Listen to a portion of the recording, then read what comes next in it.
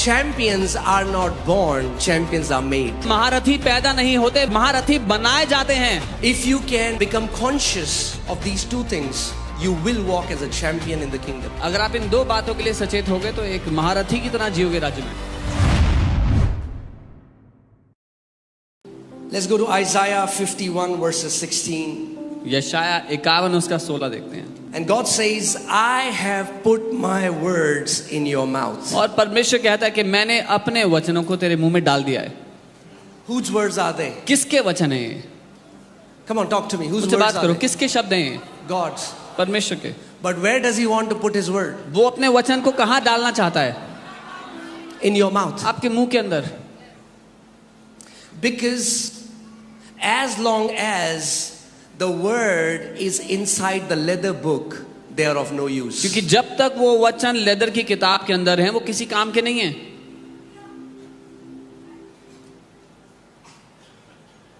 If the word of God has to be activated, it has to go in your mouth. अगर परमेश्वर के वचन का काम करना शुरू करना जरूरी है तो उसको आपके मुंह में जाना पड़ेगा। Amen. And I have put my words in your mouth. I have covered you with the shadow of my hand. और मैंने अपने शब्द तेरे मुंह में रखे हैं और अपने हाथों की छाया में तुझे छिपा कर रखा है। The hand of God is a prophetic picture of the might or the power of God. परमेश्वर का हाथ एक तस्वीर है परमेश्वर के पराक्रम या उसकी सामर्थ्य की। And here it means the Holy Spirit. और यहाँ पर इसका मतलब है पवित्र आत्मा। The angel told Mary that the power of Most High God shall overshadow you. स्वर्गदूत ने मरियम से कहा कि परम प्रधान का सामर्थ्य तुझ पर छा जाएगा। I'm telling you, these are the only two things that you need. यही दो चीजें हैं जो आपको चाहिए। Not 10 things, not 15 things. 10 चीजें 15 चीजें नहीं चाहिए, दो चीजें चाहिए। Two things. दो चीजें। If you can just become conscious of these two things, you will walk as a champion in the kingdom. अगर आप इन दो बातों के लिए सचेत होगे तो एक महारथी की तरह जियोगे राज्य में। Amen. The first is His word in my mouth. पहला है उसका वचन मेरे मुंह में। Say this after me. God's word in my mouth releases God's power. मेरे साथ बोले, परमेश्वर का वचन जब मेरे मुंह में आता है तो वो परमेश्वर की सामर्थ्य को खोलता है।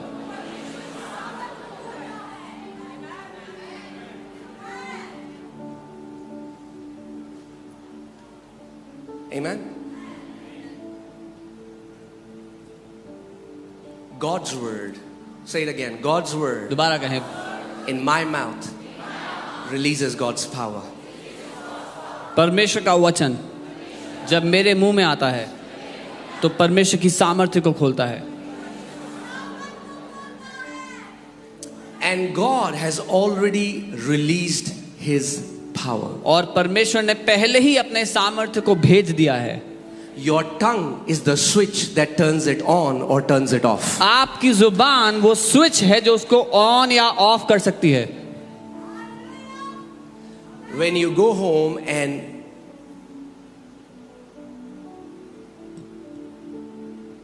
there is no electricity, it's dark. What do you do? जब आप घर जाते हो और अंधेरा है, रोशनी नहीं है घर में, तो क्या करते हो? You flip the switch.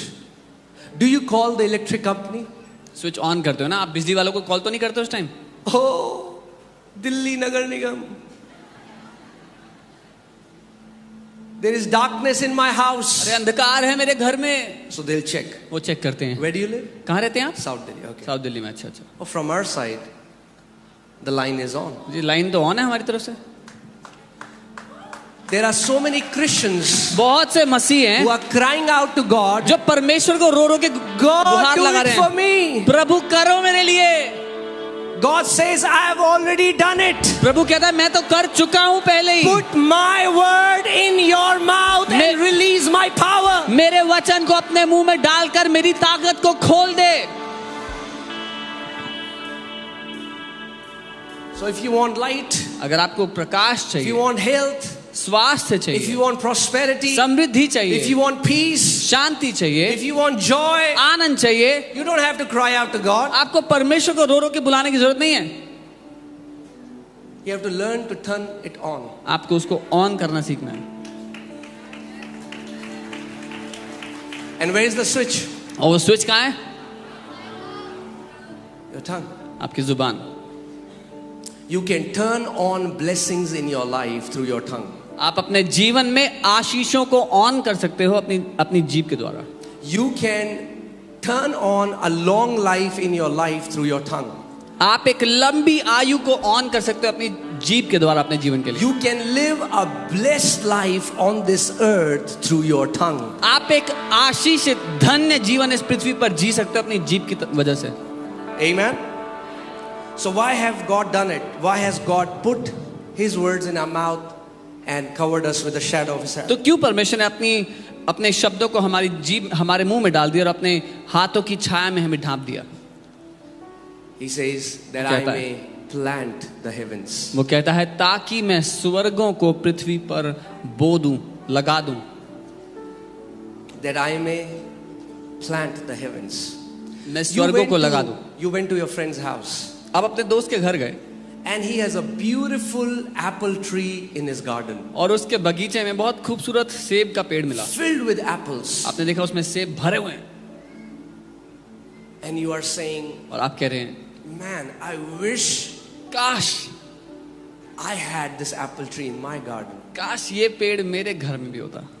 So your friend says, hey, no big deal. आपका दोस्त कहता है बड़ी बात नहीं है, Take these seeds. ये बीज ले जाओ, Sow it in your garden. अपने बगीचे में लगा लेना.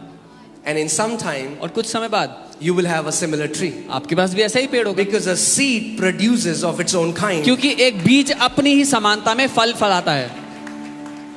So उसका जो वचन है वो एक ऐसी मास्टर की है जो आपके जीवन के हर एक बंद दरवाजे को खोल सकती है. His word is the master key that can open every closed door from your life.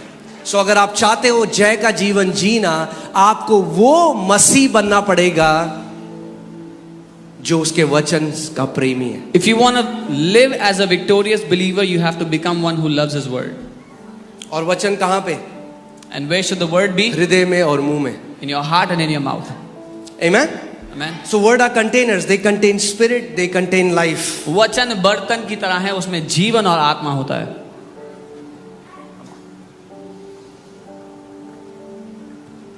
So परमेश्वर चाहता है कि हमारा जीवन कैसा हो?